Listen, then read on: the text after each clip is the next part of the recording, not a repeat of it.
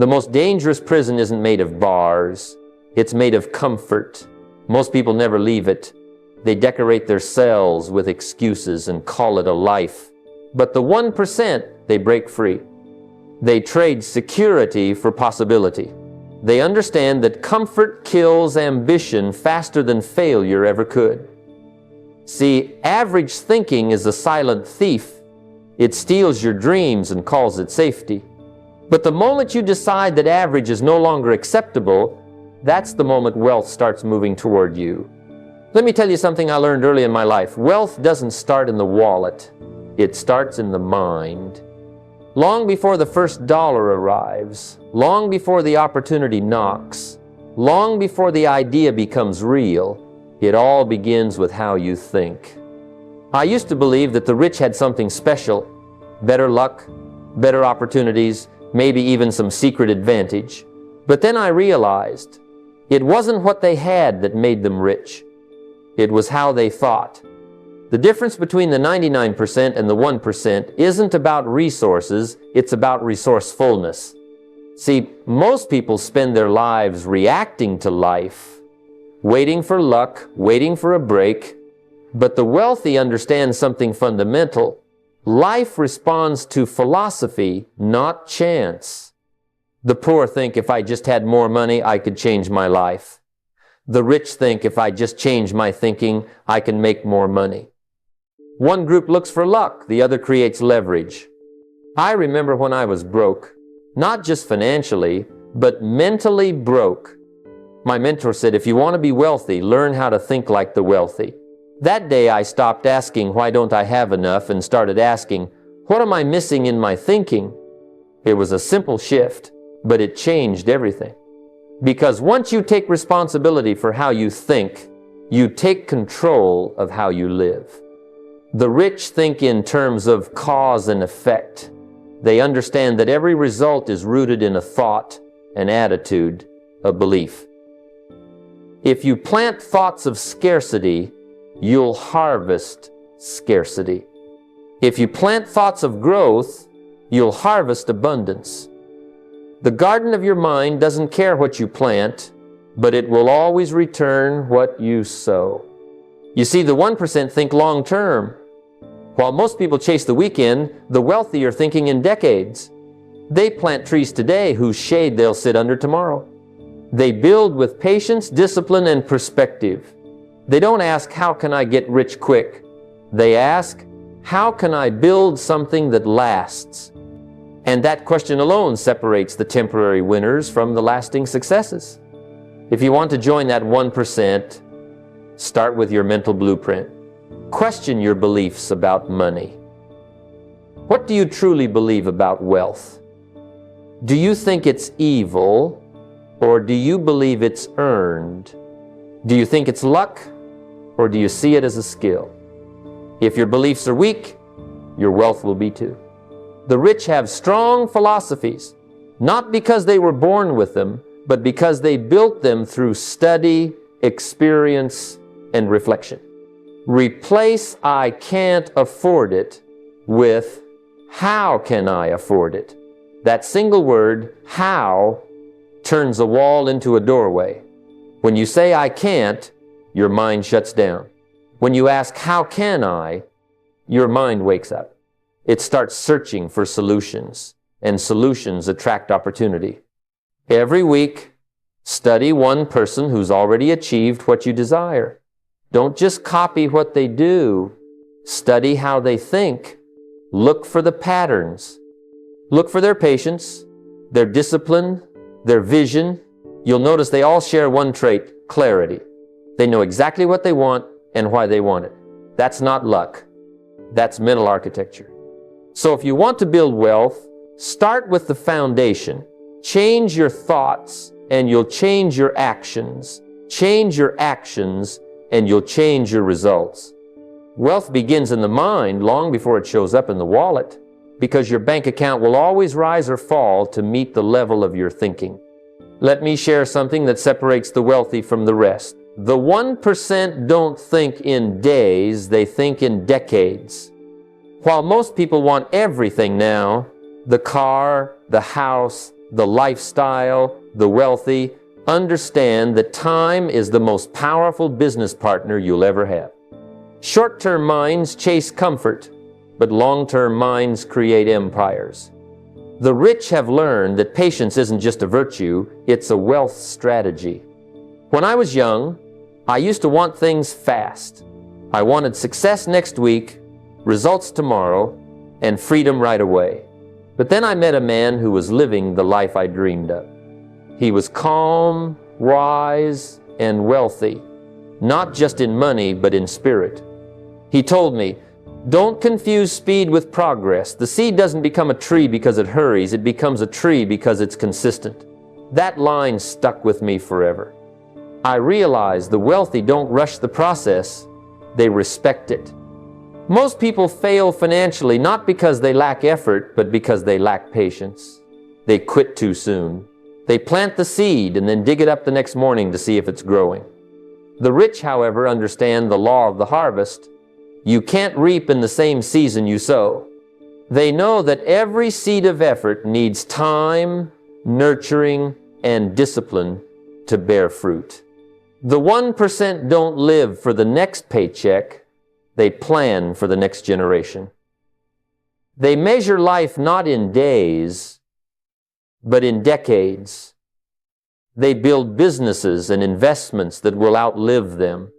They're not trying to look rich this year, they're building to be rich for life. That's the difference between temporary success and enduring legacy. If you want to develop this mindset, start by creating a 10-year vision for your life. Don't just ask what you want next month, ask who you want to become in 10 years. Then, bring it closer to home. Make a one-year plan that moves you toward that vision. Every day, every action should serve that greater picture. Because if your daily work isn't connected to a long-term purpose, frustration is inevitable. And when it comes to investing, stop chasing overnight wins. The people who try to get rich quick usually end up getting poor fast. The wealthy know that consistent investing, even in small amounts, beats emotional gambling every time. They don't let market swings dictate their mood. They trust time, and time rewards them. That's why you must track your progress annually, not emotionally. Most people make decisions based on how they feel today. Excitement when things rise, panic when they fall. But the rich look at trends, not moments. They zoom out and see the bigger picture. They understand that the line to success is never straight, but it always trends upward for those who stay committed. So remember, time is not your enemy. It's your greatest ally. Every day that you stay disciplined, every month you stay consistent, every year you stay focused, time compounds your effort into something extraordinary. The 1% think in decades, and that's why they live in freedom while others live in frustration. Wealth isn't built overnight, it's built over time, by those patient enough to let the process work. Let me tell you something that can change the way you look at life forever. Problems are gold mines in disguise. The truth is, wealth doesn't come from avoiding problems, it comes from solving them. Every product, every service, every business that has ever made someone rich was born out of someone's frustration. The wealthy understand this simple rule. While the 99% complain, the 1% create solutions. When I was younger, I used to run from problems. I thought success meant a life without them. But one day, my mentor said, "Don't pray for fewer problems, pray for more wisdom." And that line opened my eyes. Because the bigger your problems, the bigger your paycheck, if you can solve them. The poor spend their energy wishing problems away. The rich spend their energy turning them into opportunities. Think about it. Everything you touch today is the result of someone solving a problem. The phone in your hand, the chair you're sitting on, the clothes you're wearing, all of them were born from someone noticing a need, a frustration, a gap, and saying, "There must be a better way." That's what separates the wealthy mindset from the average one. The average person asks, "Why is this happening to me?" The wealthy person asks, "What can I build because of this?" You see, life is generous with problems. It hands them out to everyone, but only the wise collect the gold inside them. So the next time you face a challenge, don't panic. Take notes. Ask yourself, who else has this problem? How big is it? How can I solve it better, faster, or easier than anyone else? That's how fortunes are made. Not by running from discomfort, but by leaning into it. If you want to apply this principle, start small. Look around you, your workplace, your home, your community.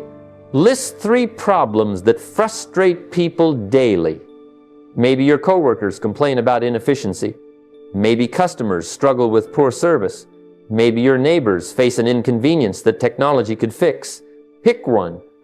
Then, instead of joining the complaint, start asking the right question. How could this be improved? That's the moment innovation begins. Every great entrepreneur I've ever met was, at one point, just someone annoyed enough to create a better way. They didn't start with money, they started with a problem and a decision to solve it. And when you build a business, a skill, or even a mindset around providing solutions, money becomes a byproduct. The marketplace always rewards the problem solver. I remember a young man who once told me, "I want to make $1 million." I said, "Good. Now go solve $1 million problem." And he did. He found a small inefficiency in a local business process, fixed it, and built a company around it. A few years later, he wasn't chasing money anymore. Money was chasing him. That's the power of solving problems. So the next time you face a challenge, remember, most people will complain, a few will adapt, but the rare few, the top 1%, will stop and ask, "Where's the gold in this?" Because behind every problem you overcome lies a new level of prosperity. If you want to rise above the crowd, train your mind to look for gold in the dirt. Problems are not punishment, they're potential. The more problems you solve, the wealthier you become, not just in money, but in wisdom, confidence, and value. Let me share a truth that can change how you see work forever. The wealthy don't build jobs, they build systems. You see, the difference between working for money and having money work for you lies in one word: leverage. The average person works harder every year, hoping effort alone will create freedom. The wealthy, on the other hand, design systems, processes, people, and principles that work even when they don't. Because real success isn't about how hard you work, it's about how long your work keeps paying you. I learned this lesson the hard way. When I first started, I thought the key to success was hustle.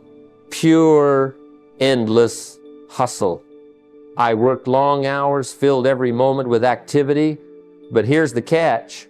When I stopped working, everything stopped moving. I had built a machine that needed me to push it every single day. That's not freedom, that's exhaustion.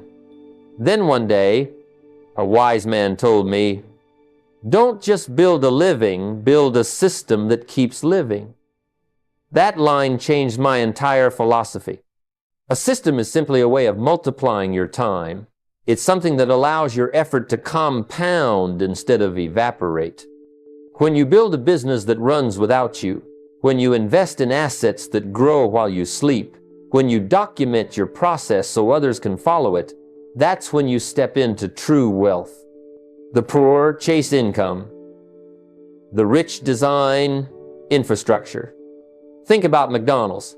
They don't make the best burgers in the world, but they've built the best system for selling them. That's the secret.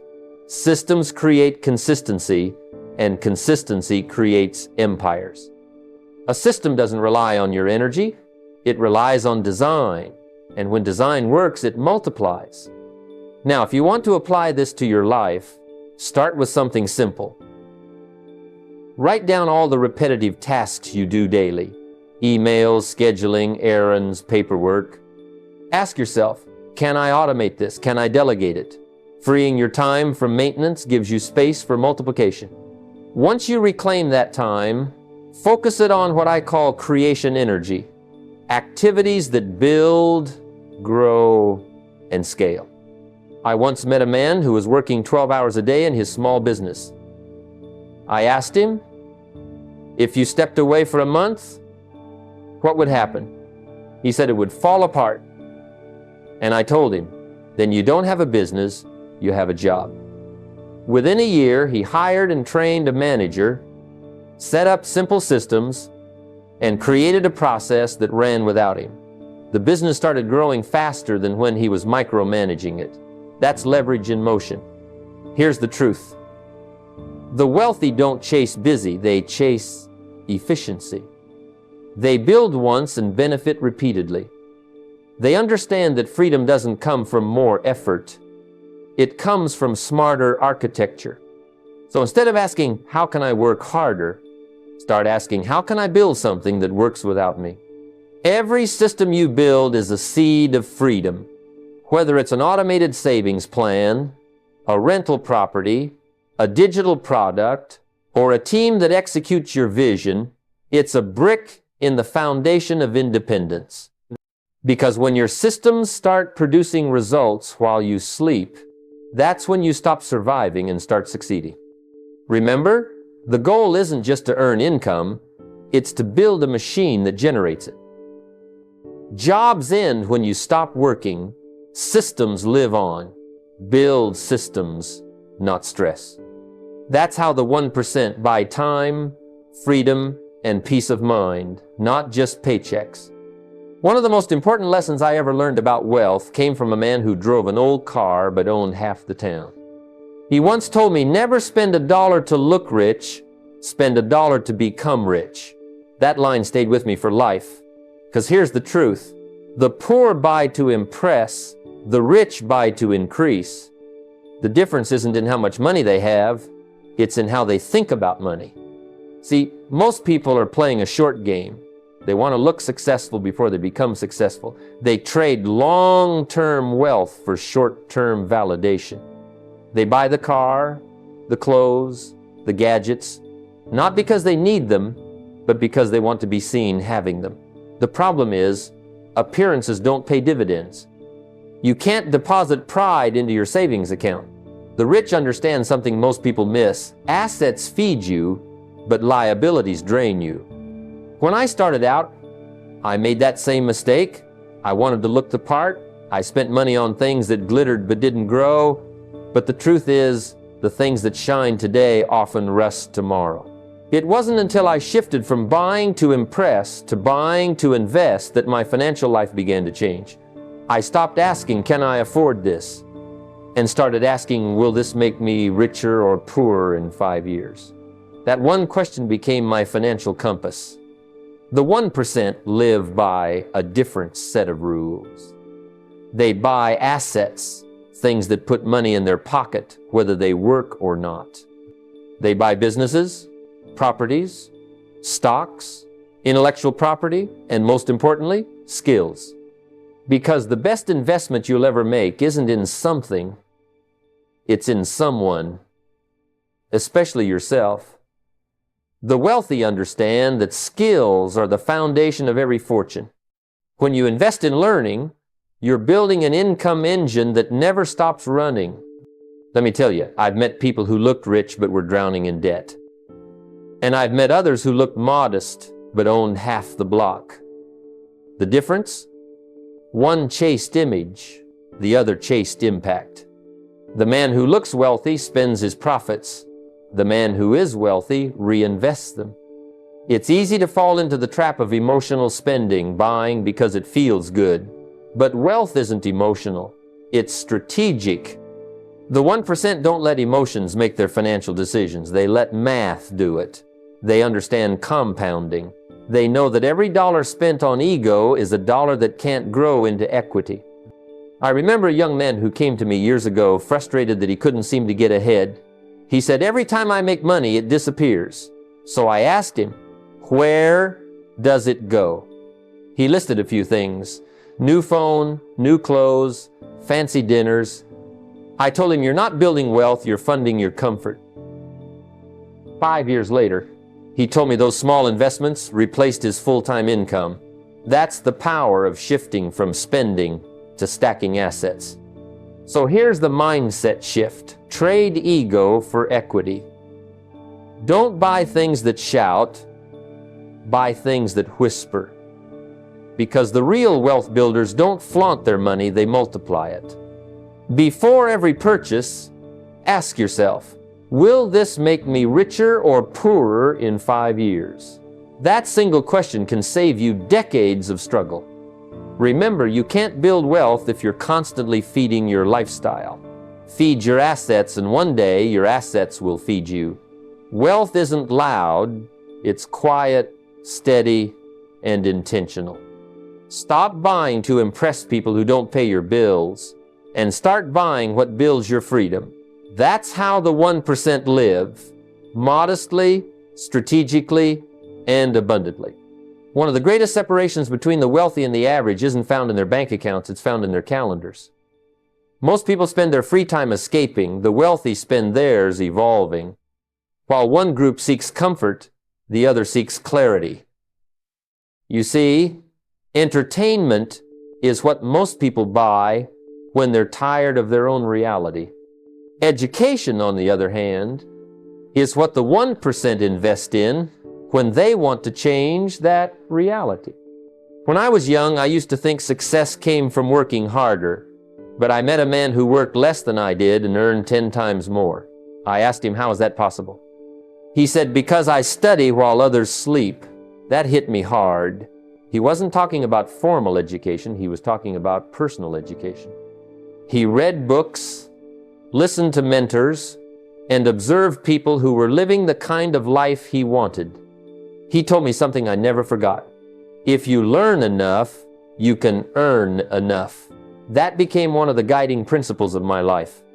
You see, the 1% know that knowledge compounds faster than interest. Every hour spent learning today adds value to every hour you'll work tomorrow. They treat their minds like the most valuable asset they own, because it is. Money can be taken, opportunities can be lost, but what you know can't be repossessed. That's why, while most are busy being entertained, the wealthy are busy being educated. I remember when my mentor first challenged me to read 30 minutes a day. I thought it was too simple to matter. But 30 minutes a day doesn't just add up, it multiplies.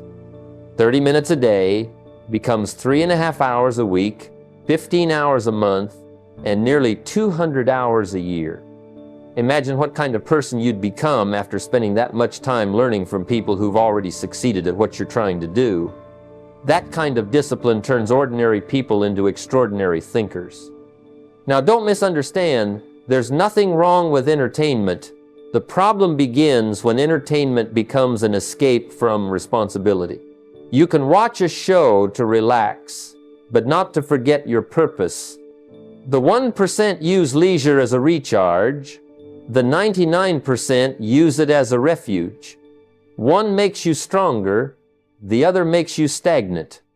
The truth is, every hour of television you watch is an hour someone else is learning how to get ahead of you.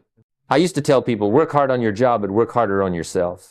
Your job will make you a living. Self-education will make you a fortune. The books you read, the podcasts you listen to, the mentors you learn from, these are the tools that sculpt the mind of a millionaire. So, turn your leisure into learning. Replace 1 hour of distraction with 1 hour of education. Instead of scrolling through noise, study something that builds your future. Take notes, reflect weekly, and, most importantly, apply what you learn. Knowledge without action is entertainment. Knowledge with action is transformation. If you want to join the 1%, stop consuming what numbs you and start consuming what grows you. Make growth your greatest luxury, because there's no greater status symbol than wisdom applied. Remember this, every hour you spend learning is an hour your competition is falling behind. Learn, apply, evolve. That's how the 1% stay ahead, not by luck, but by lifelong learning. One of the greatest strengths the wealthy possess isn't just found in their strategies, it's found in their state of mind. Emotional control is the quiet superpower that keeps the rich getting richer while others lose it all in moments of panic. Most people think wealth is about numbers, timing, or talent. But truthfully, it's about temperament. You don't need to outsmart everyone, you just need to outlast them. And you can only do that if your emotions are disciplined enough to weather the storms that take others out. I learned early in life that markets don't destroy wealth, emotions do. Fear makes people sell too soon, greed makes them buy too late. It's not the storm that sinks the ship, it's the sailor who panics and lets go of the wheel. I've seen people with brilliant minds and great opportunities lose everything, not because they didn't know what to do, but because they couldn't stay calm long enough to do it. The 1% understand that calmness is currency. When I was starting out, I remember a time I lost a deal that I had counted on for months. I felt the frustration rise, that heat in the chest that makes you want to react, call someone, blame someone, do something. But then I stopped and reminded myself, emotion clouds logic. So instead, I took out my journal and wrote down what happened, how I felt, and what I could learn. That simple act of reflection transformed chaos into clarity. The next time a deal went south, I didn't crumble, I adjusted. I learned that every setback is a lesson wrapped in disguise. And you can only unwrap it when your mind is calm enough to see it. You see, the 1% train their emotions like athletes train their bodies. They know panic is expensive and patience is profitable. They build a gap between feeling and action, that sacred moment where logic steps in and emotion steps back. That's where wisdom lives. That's where wealth survives. Because success doesn't come from avoiding storms, it comes from staying steady within them. So, practice calmness daily. When something goes wrong, and it will, breathe before you respond. When you feel fear creeping in, observe it, don't obey it. When greed whispers in your ear, remember that quick money rarely builds lasting wealth. Keep a journal, not just for your ideas, but for your reactions. Study your emotional patterns like a scientist studies data. Because until you can master your emotions, you'll always be at their mercy. The truth is, emotional stability is the ultimate edge in business, investing, and life. When everyone else panics, the one who stays calm sees clearly. The world rewards those who can stay logical when the crowd goes irrational. So, learn to respond, not react. Train patience like a muscle. Protect your peace like your portfolio depends on it, because it does. Remember this, fortune favors the calm mind. In chaos, calmness is not weakness, it's wisdom. And that wisdom is what keeps the 1% on top long after everyone else is burned out. If you ever want to understand how the 1% build wealth that lasts, don't just look at their investments, look at their relationships. Money flows through people. Opportunity flows through people. Growth, influence, ideas, all of it moves through the bridges we build with others. You can't build an empire with isolated effort. You build it through people who believe in your vision, who complement your weaknesses, and who open doors you couldn't have even found on your own. The truth is, success is never a solo performance. It's a symphony of collaboration, trust, and mutual value. I learned long ago that you can't wait until you need people to start building relationships. Most people only network when they're desperate, when they need a favor, an introduction, or a deal. But by then, it's too late. The wealthy think differently. They build their networks before they need them. They invest in people like others invest in stocks, consistently, patiently, and with intention. Every genuine connection, every act of giving, every shared idea becomes a form of capital that compounds over time.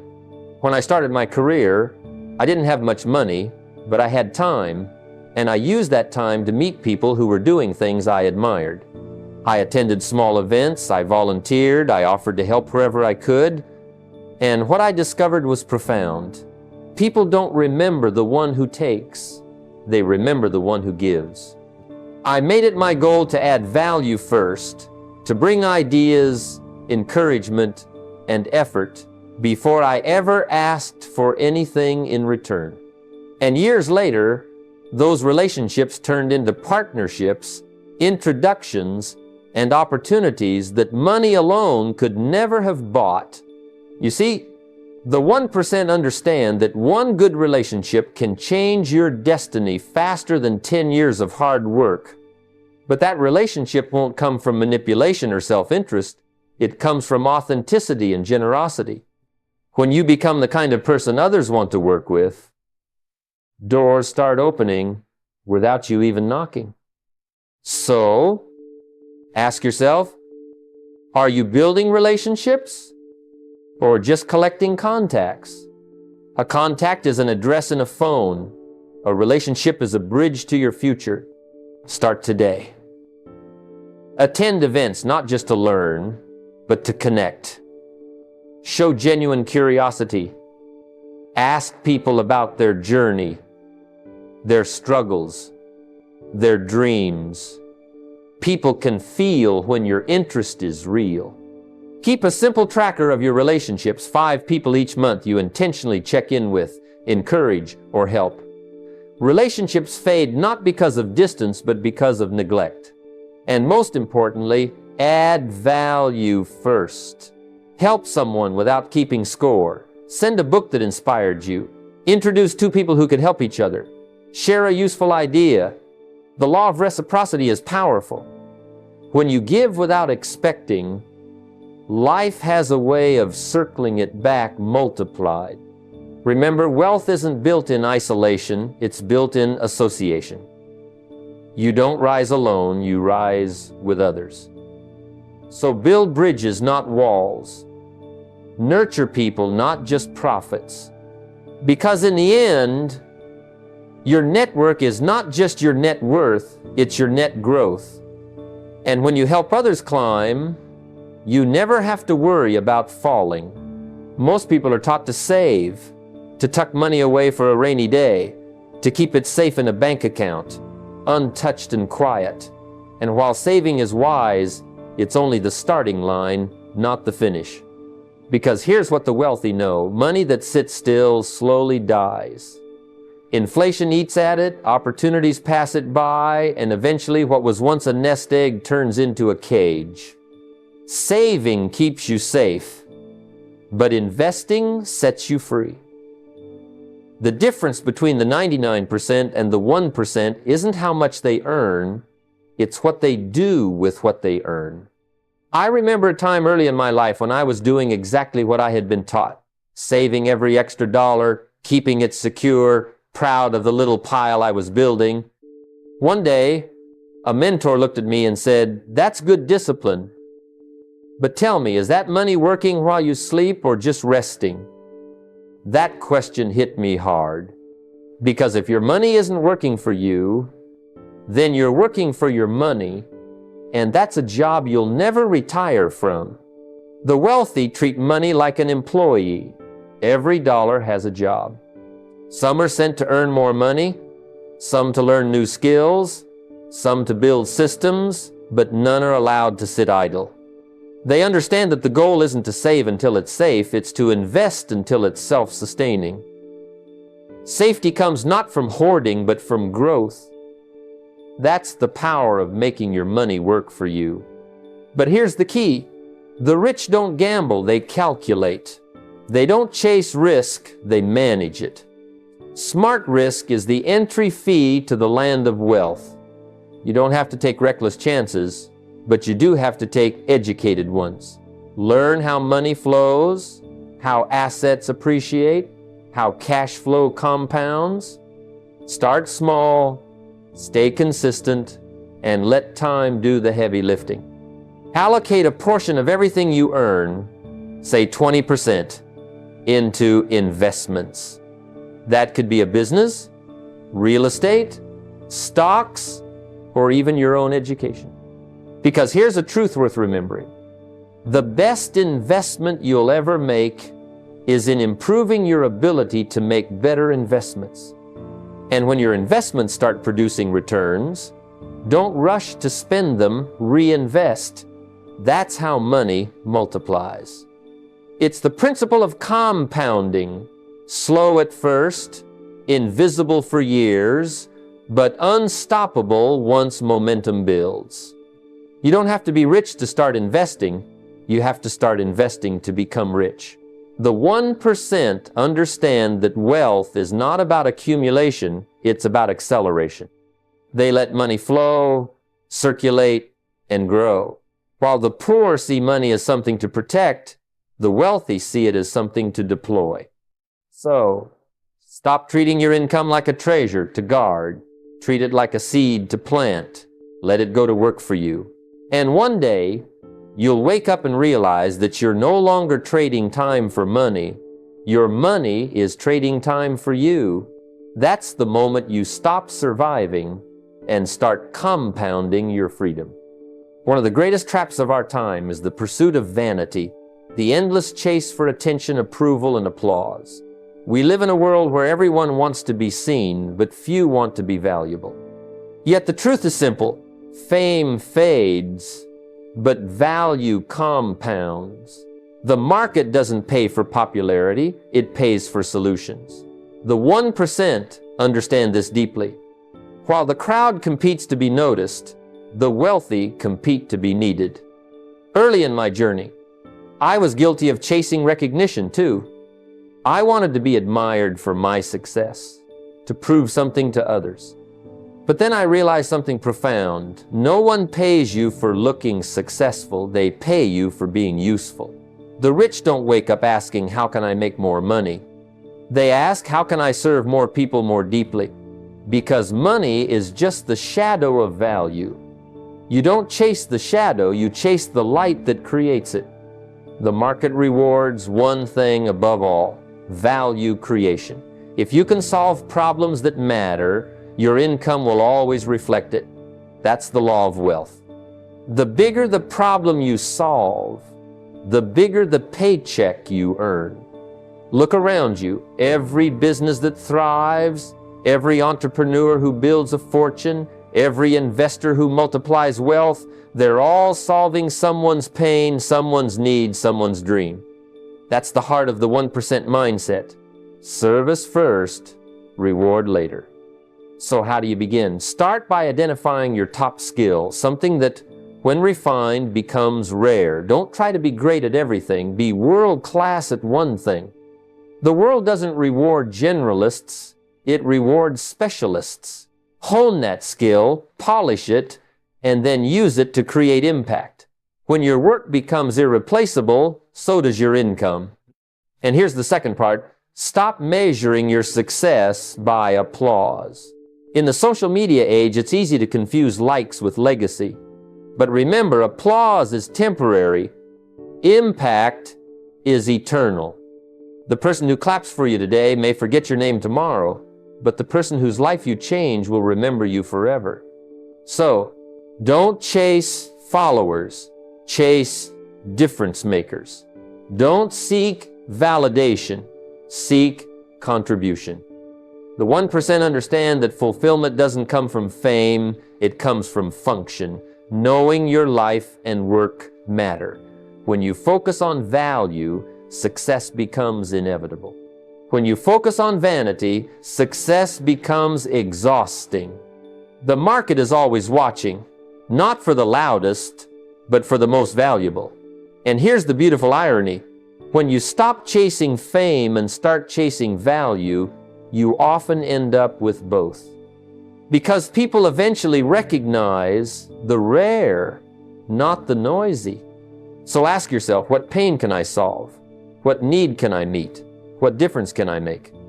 Because the day you decide to build value instead of image is the day you step out of the 99% and into the mindset of the 1%. Failure, that word most people spend their lives running from. But let me tell you, every successful person you've ever admired has a graveyard full of failures buried beneath their achievements. The only difference is this: the average person buries failure with fear, while the 1% build monuments on top of it. The wealthy don't see failure as the end of the road. They see it as a signpost pointing toward correction, refinement, and mastery. They use it as a blueprint, not a burial ground. You see, life is a teacher, and failure is her most honest lesson. Success whispers, but failure shouts. And yet, most people plug their ears the moment it speaks. I've seen so many people give up after one disappointment, one rejection, one loss, and they call it fate. But it's not fate, it's feedback. Every time life knocks you down, it's testing your willingness to get back up wiser. The wealthy know this truth: pain that's analyzed becomes progress, pain that's avoided becomes paralysis. When I started out, I made every mistake in the book.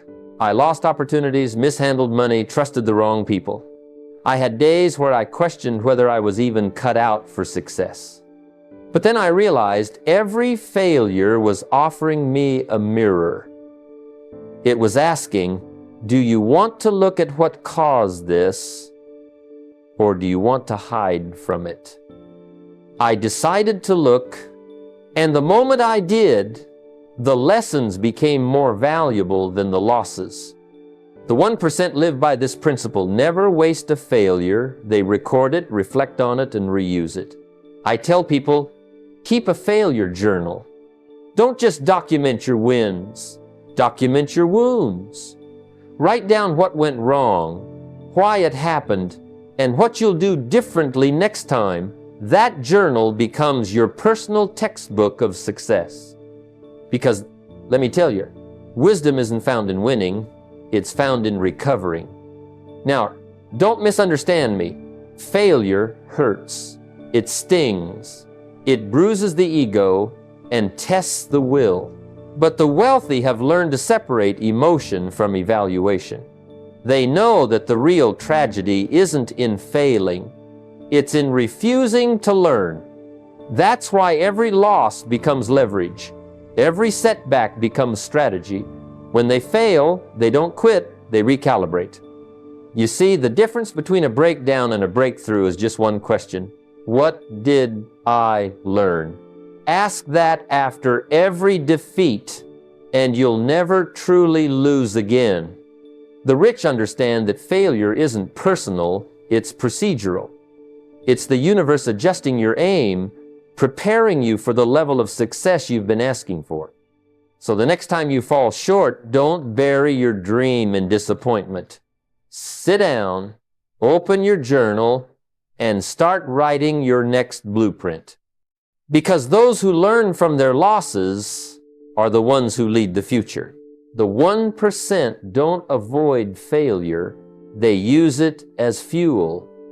And when you do the same, you'll discover that what once buried others will become the foundation beneath your success. Most people spend their entire lives thinking in single units: one job, one paycheck, one opportunity at a time. They live in a world of addition, not multiplication. They say things like, if I could just make a little more, work a few extra hours, get one more client. But let me tell you, the wealthy don't live in that world. The wealthy think in multiples. They ask a different question. Not how can I earn one more, but how can I multiply this once? That shift in thinking changes everything. It turns effort into empire. You see, wealth isn't about working harder, it's about working smarter with leverage. And leverage isn't luck, it's design. The average person builds a life that depends on their presence. The 1% build systems that thrive on their absence. That's why you'll find them spending less time doing and more time designing. They create machines, business models, investments, networks that produce results even while they sleep. When I was younger, I too worked by the hour. I thought income came from time, and I gave it away freely. But one day, I realized that the wealthiest people I admired didn't sell their hours, they sold their ideas. They found ways to get paid again and again for one act of creation. That's when it hit me. Freedom begins when you stop trading your time for money and start trading your ideas for income. Let me give you an example. Imagine you write a book. You write it once, that's 1 unit of effort. But that book can sell 1,000 copies, 1,000,000 copies, long after you've moved on to something else. That's multiplication. Or maybe you start a small business, one that runs on clear systems with the right team and technology. You spend months building it, and then it starts producing income, whether you're at your desk or on vacation. That's how the wealthy think. They don't just earn, they expand. But to think in multiples, you must stop measuring activity and start measuring scalability. It's not how busy you are, it's how much impact your effort produces when repeated. A poor mindset says, if I work twice as hard, I'll earn twice as much. A wealthy mindset says, if I build the right system, it will work 10 times harder than I ever could. That's why the rich invest in tools, technology, and people, not as expenses, but as multipliers. And here's the beauty of it. Multiplication isn't just financial, it's mental. Every time you learn something valuable, teach it. Every time you succeed, scale it. Turn one act of effort into a chain reaction of results. So ask yourself tonight, are you adding or are you multiplying? Because the people who build freedom don't think in units, they think in systems. They don't ask for more hours, they build more outcomes. And the moment you start thinking that way, your entire financial destiny changes. Most people work their whole lives trying to buy more things. A bigger car, a fancier phone, another set of clothes that will go out of style next season. But the 1%, they buy something completely different. They buy time. Because here's the truth. Wealth isn't measured by how much you own, but by how much freedom you have. The poor spend money to look rich. The rich spend money to gain control of their time. Every dollar you spend either buys you comfort for a moment or freedom for a lifetime. When I was younger, I used to spend money the way most people do, emotionally. If I worked hard, I thought I deserved something nice, a treat, a toy, something shiny to prove I was making progress. But one day, a mentor of mine said, be careful, because every time you buy a toy, you're trading time for something that won't last. But when you buy time, that lasts forever. That statement stopped me in my tracks. From that moment on, I started to see money differently, not as something to spend, but as something to invest in my own freedom. The rich understand that time is the ultimate currency. You can always make more money, but you can never make more time. So they use money as a tool to buy back the hours they used to waste. They hire people for the tasks that drain their energy, cleaning, errands, low-value work, not because they're above it, but because their time is too valuable to trade for small returns. They don't see that as an expense. They see it as a transfer of focus from busyness to brilliance. I remember when I could finally afford to hire someone to handle the simple parts of my business, scheduling, filing, the endless little details that used to steal hours from my day. It wasn't easy at first. I thought, why pay someone for something I can do myself? But once I did, I realized how much of my mental energy had been trapped in tasks that didn't move the needle. Suddenly, I had space to think, to create, to strategize, and those were the activities that multiplied my income tenfold. You see, when you buy time, you buy potential. You buy the ability to learn a new skill, to build a new venture, to spend moments with people who matter. The poor spend to escape their life, the rich spend to expand it. The difference isn't money, it's perspective. The question isn't, can I afford it? It's, will this purchase buy me more freedom or more burden? So, the next time money comes into your hands, ask yourself, is this buying me time or is it stealing it? Because one path leads to toys that fade and the other leads to freedom that compounds. And the day you start using money to buy back your time, that's the day you stop working for money and money starts working for you. There comes a point in every person's life when they realize that success isn't just about how much you can earn, but about how much of yourself you can leave behind. The wealthy understand this truth better than anyone, that luxury is temporary, but legacy is timeless. You can enjoy the cars, the homes, the travel, and that's fine. But one day, the question won't be, what did I own? It will be, what did I build that remained? That's where real wealth begins. Not in the number of zeros in your account, but in the number of lives you've touched. When I first started making money, I thought the goal was comfort. I wanted the nice suit, the fancy car, the fine dinners. And when I got them, it felt good for a while, but it didn't last. Because here's what I learned. Luxury satisfies the body, legacy fulfills the soul. The real joy didn't come from the car I drove, but from the students I mentored who built something meaningful because of what they learned. It didn't come from the check I cashed, but from the people who said, your words changed my life. The 1% understand that success without significance is a hollow victory. They build systems, businesses, and institutions that continue to produce value long after they're gone. Think of the greats. They didn't just accumulate wealth, they built movements. They didn't just live well, they made others live better. Because at the end of the day, what good is it to have riches if the world remains the same after you're gone? The highest level of wealth isn't measured in dollars, it's measured in impact. Building a legacy doesn't require millions in the bank. It begins with intention. It's teaching your children the principles of discipline and gratitude. It's documenting your knowledge, your lessons, your insights, your philosophies, so others can benefit from your experience. It's mentoring one person, sharing one lesson, or building one system that continues to create value even when you're no longer there to run it. That's how you become immortal, not through fame, but through influence. I remember once a young man asked me, how can I make sure my work outlives me?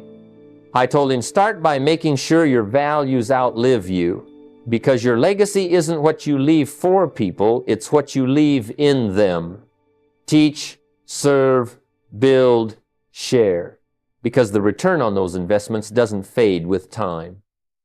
Luxury can be destroyed by fire, lost in a crash, or forgotten with fashion. But legacy grows stronger with every life it touches. So don't chase symbols of success, build sources of significance. Make your wealth a tool, not a trophy.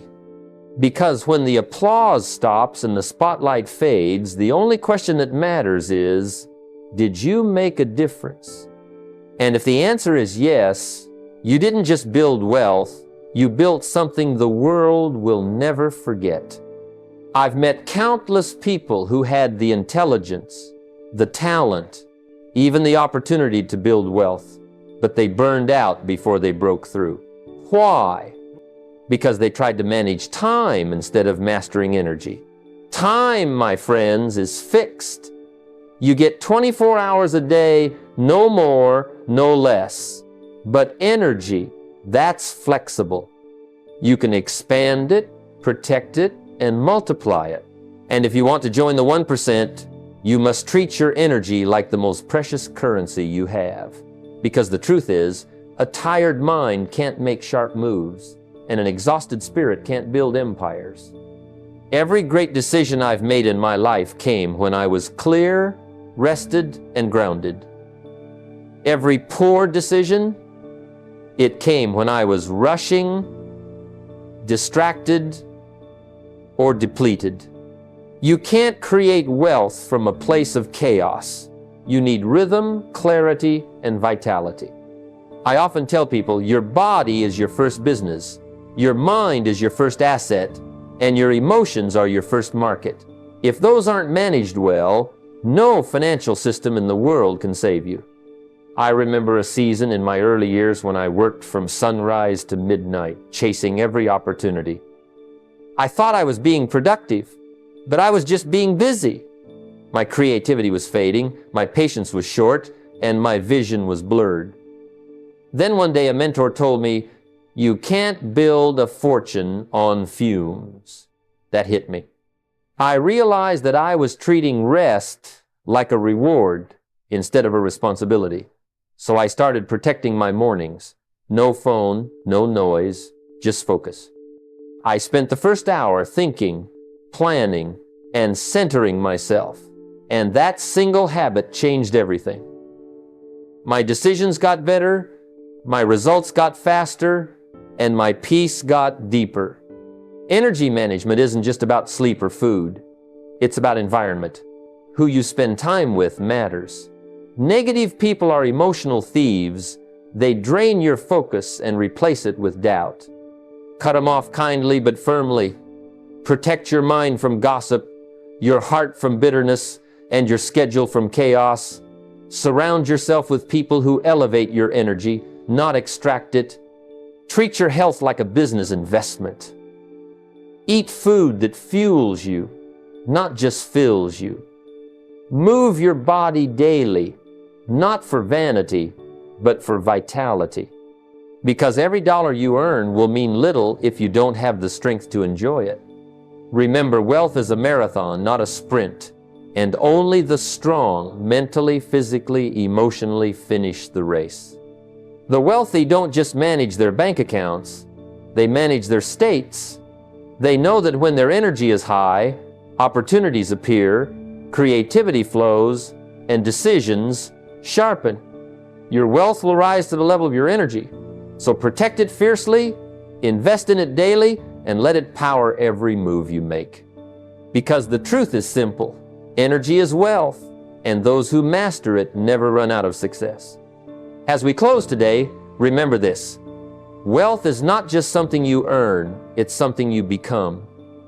The difference between the ordinary and the extraordinary isn't luck, it's mindset.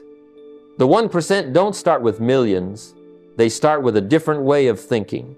They trade excuses for execution, comfort for courage, and distractions for discipline. They understand that success is built quietly, in habits, in choices, in moments when no one is watching. So I challenge you, take what you've heard today and put it to work. Don't let it stay as notes in a journal or motivation for a moment. Turn it into motion. Build your systems. Master your energy. Grow your skill. And most of all, design a life that reflects your values, not society's noise. Because the goal isn't just to make a fortune, it's to live fully, love deeply, and leave a legacy that whispers your name long after you're gone. The time will pass anyway. The next 10 years are coming, whether you prepare for them or not. So choose today to think differently, act decisively, and live intentionally. Your wealth, your freedom, and your legacy start the moment you decide.